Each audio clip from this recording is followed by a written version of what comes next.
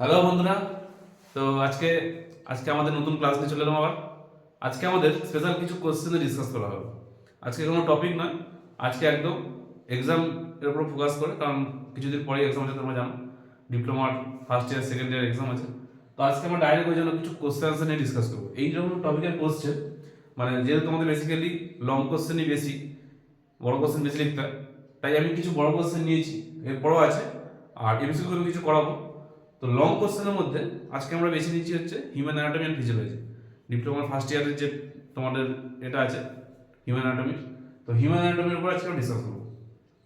তো চলো দেখা যাক। প্রথমে আমি এমসিকিউ দিইনি, প্রথমে আমি শর্ট বড় কোশ্চেনও দিয়েছি। তো এইগুলোর পরে আমি এমসিকিউটা নিয়ে আসবো। এমসিকিউ শর্ট কোশ্চেন তোমাদের বেসিক্যালি কিন্তু 15 থেকে 20টা হয়তো এমসিকিউ থাকে। শূন্যস্থান পূরণ, ফিল ইন দ্য ব্ল্যাঙ্কস ওই একসঙ্গেই থাকে, এমসিকিউ আর ফিল ইন দ্য ব্ল্যাঙ্কস একসঙ্গেই থাকে। তো প্রথমে যেটা থাকবে সেটা হচ্ছে লং কোশ্চেন। তোমরা কিন্তু লং কোশ্চেন হোক বড় কোশ্চেন হোক সেটা কিন্তু যে কোনো একটা আগে লিখতে পারো, কিন্তু মনে রাখবে যে লং কোশ্চেনগুলো আছে 5 মার্কস হোক 7 মার্কস হোক, সেটা মোটামুটি 1.5 পেজ লিখলে ভালো হয়। তো আমাদের প্রথম যে কোশ্চেন আছে সেটা হচ্ছে draw a neat labelled diagram of cell. ঠিক আছে, draw a neat and labelled diagram of cell. তাহলে আমাদের প্রথমে কি করতে হবে, সেলের একটা ছবি আঁকতে হবে, খুব পরিষ্কার ছবিটা আঁকবে, খুব পয়েন্টিং ভালো করে দেবে। তো সেলের একটা যদি তোমাদের দেয় সেলের ছবি, আর কি বলেছে, describe the structure and function of mitochondria. মাইটোকন্ড্রিয়ার যে স্ট্রাকচার আর ফাংশন আছে, অনেক সময় মনে রাখবে একটা জিনিস, দেখবে কোশ্চেন পেপারের উপর দেওয়া থাকবে যে যদি ছবি নাও বলে না, যদি ছবি আঁকতে ধরো বলেনি, এখানে যেমন কিন্তু বলেছে যে draw a neat and level diagram of cell, সেলের ছবি আঁকতে বলে দিয়েছে, ছবিটা আঁকছো ঠিক আছে, কিন্তু এখানে জাস্ট বলেছে কি structure and function of mitochondria, মাইটোকন্ড্রিয়ার ফাংশনটা লিখতে বলেছে, স্ট্রাকচারটা বলেছে। তো যদি তোমার ছবিটা রেখে দাও, নাম্বারটা কিন্তু একটা বেশি হবে। এইটা হচ্ছে হিউম্যান অ্যানাটমি পার্ট। এমনিতে আমাদের বেসিক্যালি কেমিস্ট্রি আর কোলজি বাদ দিয়ে বেশিরভাগই যা আছে, আর হেলথ এডুকেশন এগুলো বাদ দিয়ে বেশিরভাগ আমাদের যে টপিকগুলো আছে সের মধ্যে ছবি আঁকলে কিন্তু নাম্বারটা বেশি পাওয়া যায়। তার মধ্যে হিউম্যান অ্যানাটমি তো পুরোই বায়োলজি আছে, তার মধ্যে এটা যদি ছবি আঁকো তাহলে কিন্তু নাম্বারটা অনেক বেশি হবে। যে না সে যে হয়তো ধরো এমনি লিখলো, সে যে নাম্বারটা পাবে, তুই যদি ছবিটা আঁকো তাহলে তোমার নাম্বারটা বেশি হবে। তাহলে পরেরটা যা বলছে, describe the structure and function of mitochondria. মাইটোকন্ড্রিয়ার স্ট্রাকচার লিখতে হবে, ফাংশনটা লিখতে হবে, আঁকতে হবে, আঁকতে কিন্তু হবে, আঁকাটা কিন্তু must. Describe the composition and function of blood. ব্লাডের কম্পোজিশন আর ব্লাডের ফাংশন। তোমরা জানো যে ব্লাডের মধ্যে কি কি জিনিস থাকে, ব্লাড ভেসেলস থাকে, তারপরে আরবিসি ডাব্লিউসি এগুলো থাকে। তো এগুলো তোমাদের লিখতে হবে কম্পোজিশন, আর এর ফাংশন, ব্লাডের ফাংশন লিখে দেবে। এর মধ্যে দেখবে অনেকে যারা ভালো পারে, দেখবে অনেকে আরবিসি ছবিটা রেখে দিচ্ছে, ডাব্লিউসি ছবিটা রেখে দিচ্ছে, তারপরে ধরো প্লেটলেটের ছবি রেখে দিচ্ছে। তো এগুলো যদি আঁকতে পারে তাহলে কিন্তু নাম্বারটা তাহলে বেশি হবে। তারপরে হচ্ছে draw a neat and level diagram of LS of heart. LS মানে হচ্ছে লংজিটিউডাল সেকশন, মানে হার্টের ছবিটা, হার্টের যে ছবি থাকে সেটা আঁকতে হবে, দিয়ে পয়েন্টিংটা ভালো করে করতে হবে হার্টের। Describe the structure and function of heart. ওই একই, হার্টের আমাদের ফাংশন লিখতে হবে, হার্টের স্ট্রাকচার ফাংশন একে লিখতে হচ্ছে। What are endocrine glands. তোমরা জানো যে গ্ল্যান্ড দু রকমের হয়, এক্সোক্রাইন গ্ল্যান্ড আর এন্ডোক্রাইন গ্ল্যান্ড। এন্ডোক্রাইন গ্ল্যান্ডসের এটা এন্ডোক্রাইন গ্ল্যান্ড দিয়েছে, এক্সোক্রাইন গ্ল্যান্ডও তোমাকে কিন্তু মুখস্থ করবে, কারণ দুটোই ডেফিনেশন চাই অনেক সময়।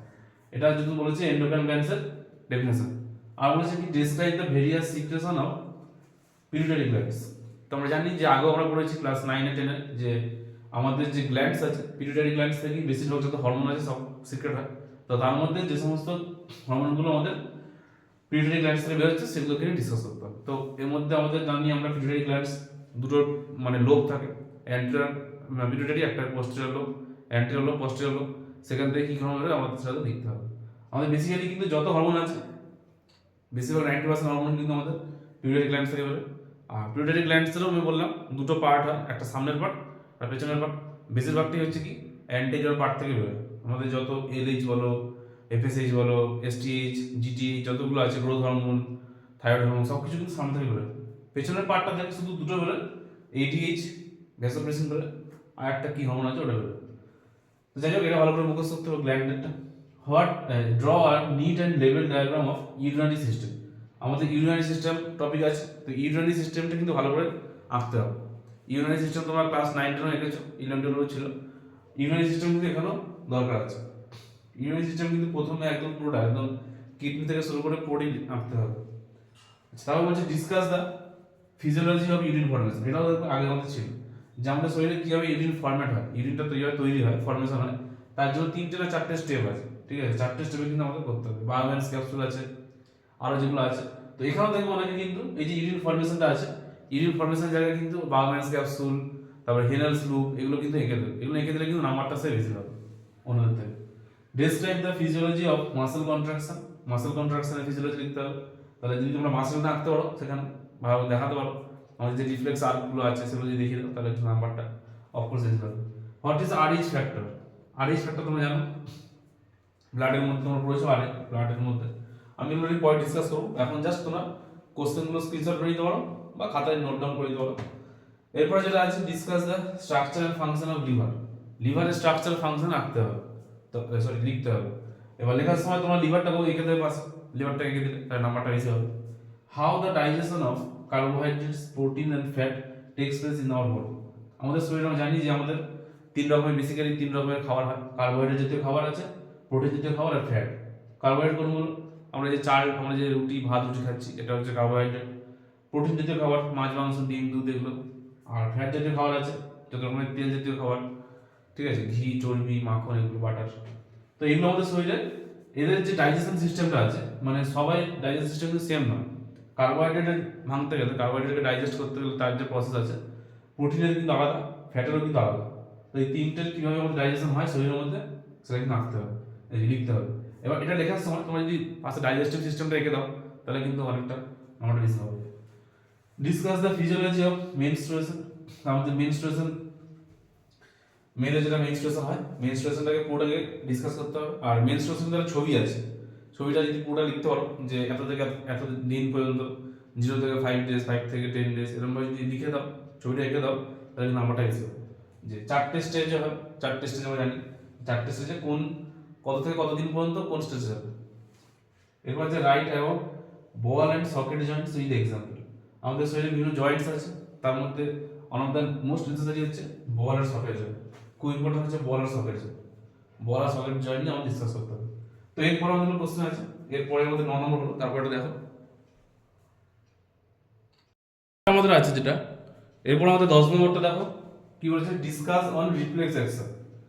তো রিফ্লেক্স অ্যাকশনের উপর ডিসকাস করতে বলেছে। যখনই বলবে রিফ্লেক্স অ্যাকশন বা নিউরনের চ্যাপ্টার যখনই বলবে, তখন কিন্তু আমাদের ছবিটা কিন্তু আঁকতে হবে। রিফ্লেক্স অ্যাকশনের জন্য তোমরা জানো, আমাদের ছবিটা কিন্তু পাশে সাইডে এঁকে দিতে হবে, দিয়ে আমরা ডিসকাস করবো। এরপর আছে right about blood groups.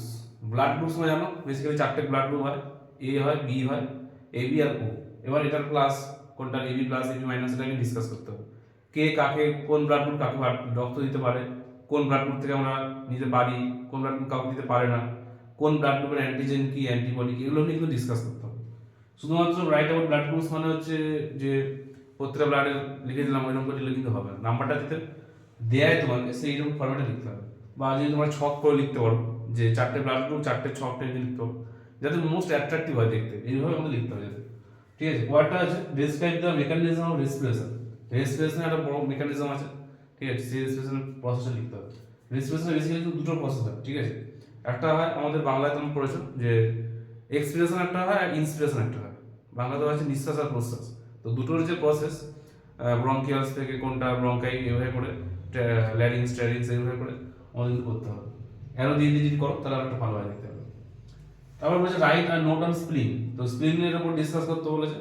Note, এটা স্প্লিনের ছবি রেখে দাও, তাহলে খুব ভালো হয়। স্প্লিন describe the mechanism of blood coagulation. Blood coagulation একটা বিশাল বড় ফরম্যাট আছে, বেসিক্যালি 3টে বা 4টে স্টেপে হয় ব্লাড কোয়াগুলেশনটা। এইখানে প্রোথ্রম্বিন থেকে থ্রোম্বিন, থ্রোম্বিন থেকে থ্রোম্বোপ্লাস্টিন, এগুলো আমাদের অ্যারো করে লিখতে পারে। কোন ক্যালসিয়াম আয়ন নাকি পটাশিয়াম আয়ন, কোন আয়ন আমাদের কাজ করে সেখানে, সেটা কিন্তু ডিসকাস করতে হবে। এরপর হচ্ছে describe the disorder of Joints. আমাদের জয়েন্টের বিভিন্ন রকমের প্রবলেম হয়, গাউট আছে, তারপরে জয়েন্ট ফুলে যায়, যেগুলো আমাদের জয়েন্ট প্রবলেম যেগুলো তোমরা পড়েছো, সেগুলো ডিসকাস করতে হবে। যদি জয়েন্ট এঁকেই দেবো পাশে সাইডে কোথাও, যে এইখানে জয়েন্ট, এই জয়েন্ট থেকে ফুলে যায়, দেখবে বইতে অনেক রকম ছবি থাকে, কিন্তু সেগুলো আঁকতে পারলেও ভালো। Discuss the scope of anatomy and physiology. এখানে বলছে জাস্ট ডিসকাস করতে অ্যানাটমি ফিজিওলজিতে কি কি স্কোপ আছে, ঠিক আছে? তারপর হচ্ছে write the full form of কিছু আরবিসি, এএনএস, টিএসএইচ। আমি এখানে 3টে দিয়েছি বোঝার জন্য, কিন্তু এই 3টে বাদ দিয়েও কিন্তু 1001টা তোমাদের ফুল ফর্ম আছে। কারণ তোমাদের যে গ্ল্যান্ডগুলো আছে, যত গ্ল্যান্ড আছে, সেখানে যে হরমোনগুলো সিক্রেট হয়, যেমন ধর TSH, STH, FSH, এমএসএইচ, LH, ACTH, ICSH, প্রচুর আছে। সেগুলো কিন্তু ফুল ফর্ম লিখতে দিতে হবে। এখানে আরবিসি মানে রেড ব্লাড সেল বা রেড ব্লাড কর্পাসেল বলে, অটোনমিক নার্ভাস সিস্টেম আছে, আমাদের পিএনএস আছে, পেরিফেরাল নার্ভাস সিস্টেম আছে, সিএনএস আছে, অনেক কিছু আছে। আর আছে টিএসএইচ, থাইরয়েড স্টিমুলেটিং হরমোন, তা আরও অনেক রকমের আছে, আমি 3টে জাস্ট বেসিক্যালি দিয়েছি। এরপর যে রাইট আ শর্ট নোট হবে, write a short note about যেসব, রাইট আ শর্ট নোট, ছোটো ছোটো করে নোট লিখতে হবে, 2 নম্বর করে থাকে, বেসিক্যালি 2 করে থাকে, 4টে 5 দিতে পারে, 10 নম্বর হয়ে যাবে। তো গ্লুকোমার উপর নোট দিতে হবে। গ্লুকোমা তোমরা জানো যে চোখের, যে আমাদের চোখে একটা ড্রাইনেস কাটানোর জন্য একটা জল জল ভাব থাকে, তো সেই জলটা বা সেই ইয়েটা যখন ড্রাই হয়ে যায় সেটাকে গ্লুকোমা বলে। চোখের যেটা মানে অ্যাকোয়াস হিউমারে যে ইয়েটা থাকে সেটা যদি ড্রাই হয় সেটাকে গ্লুকোমা কন্ডিশন বলে। তারপর আছে হেমোপাইসিস আছে, তারপরে মিক্সচুরেশন আছে, আর মেনোপজ আছে। মেনোপজ মানে তোমরা জানো যে পজ মানে থামা, মেনস্ট্রুয়েশন সাইকেল যখন থেমে যায় বা মেন্স যখন আমাদের বন্ধ হয়ে যায় মানুষের, বেসিক্যালি মেয়েদের 45 থেকে 50 বছর বয়সের মধ্যে, তো সেই সময় বলা হয়, সেটাকে বলে মেনোপজ। তো এই আমাদের পুরোপুরি বেসিক্যালি আমাদের একটা, এটা কিন্তু জাস্ট সামাম, এইগুলোর বাইরেও কিন্তু অনেক কোশ্চেন থাকতে পারে, ঠিক আছে, সেটা আমি ডিসকাস করবো। তো আপাতত এইগুলো কিন্তু আমার দেখে ইম্পর্টেন্ট লেগেছে, আর এইগুলো কিন্তু আসে বাবা পরীক্ষা। আমি কিন্তু বিগত কয়েক বছরের কোশ্চেন পেপার ফলো করেই কিন্তু এটা বানিয়েছি। এখানে যে মোটামুটি 18 বা 20টা কোশ্চেন আছে, এই কোশ্চেনগুলো যদি পড়ে যাও তাহলে কিন্তু তোমরা অনেক কমন, অনেক কোশ্চেন মানে যেগুলো বড় কোশ্চেন, শর্ট কোশ্চেনের কিন্তু লাগাম ছাড়া, শর্ট কোশ্চেন করতে দেবে এটা কিন্তু কেউ বলতে পারবে না, কিন্তু বড় কোশ্চেন কিন্তু এর বাইরে দেওয়ার চান্সটা কিন্তু খুব কম। তাই আমি বলছি আবার এই যে কোশ্চেনগুলো আছে এগুলো তোমরা ভালো প্র্যাকটিস করো, আর খাতায় লিখে প্র্যাকটিস করবে, ঠিক আছে। আজকে আমরা এখানে শেষ করলাম। আর পরের দিন আমি কি করবো, পরের দিন যেগুলো আমাদের এমসিকিউ আছে, MCQ feel in the blank, সেটা আমি করাবো। তো সেটা তোমরা ভালো প্র্যাকটিস করবে। বড় কোশ্চেন কিন্তু তাও মোটামুটি লেখা যাবে, যে বানিয়ে বুনিয়ে হলেও লিখতে পারবে, কিন্তু শর্ট কোশ্চেন কিন্তু ভালো করে প্র্যাকটিস করতে হবে। শর্ট কোশ্চেন না পড়লে কিন্তু পারা মুশকিল। আজকে আমাদের এখানে টাটা, গুড নাইট।